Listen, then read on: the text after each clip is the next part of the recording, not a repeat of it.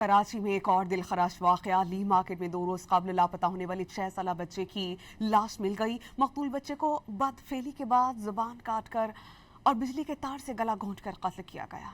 लाश तीसरी मंजिल से बोरी में डालकर नीचे फेंक दी गई। बच्चे के कत्ल में मुलव्विस मुलजिम हमजा को गिरफ्तार कर लिया गया। मकतूल के लवाहिकीन ने मुलजिम को इबरतनाक सजा देने का मुतालबा कर दिया।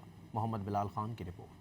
ली मार्केट के करीब मोहल्ले से 6 साल बच्चा वली पीर की शाम को लापता हो गया। अहले मोहल्ला और लवाहिकीन ने बच्चे की तलाश शुरू की और घर घर तलाशी ली। बच्चा न मिलने पर लवाहिकीन ने थाने में मुकदमा दर्ज करवाया। गुज़श्ता रात तकरीबन 2 बजे के करीब कुछ गिरने की आवाज पर घर के बाहर बैठे अफराद उस जगह पर पहुंचे तो एक बोरी पड़ी देखी जो कि खून आलूदा थी। लवाहिकीन फौरन 3 मंजिल इमारत के अंदर पहुंचे और मुलजिम को पकड़कर पुलिस के हवाले कर दिया। टी शर्ट के ऊपर उसके खून के दाग लगे हुए, तो इसी वाक़ये पे हमने उसको पकड़कर हमने पुलिस को कॉल करी, उनके हवाले करा। मुलजिम हमजा ने इब्तदाई तौर पर बयान दिया कि मेरे साथ 2 दोस्त भी थे, लेकिन बाद में थाने जाकर अपना बयान बदल लिया और बताया कि मैं अकेला था। मुलजिम हमजा ने मकतूल को मुबैना तौर पर बदफैली का निशाना बनाया और फिर जबान काट दी। बिजली के तार से गला घोंटकर कत्ल कर दिया। इमारत की बारहवीं मंजिल से मकतूल की लाश को नीचे फेंका। जाके देखते हैं तो अंदर वो तकरीबन लाश पड़ी हुई भांजी की।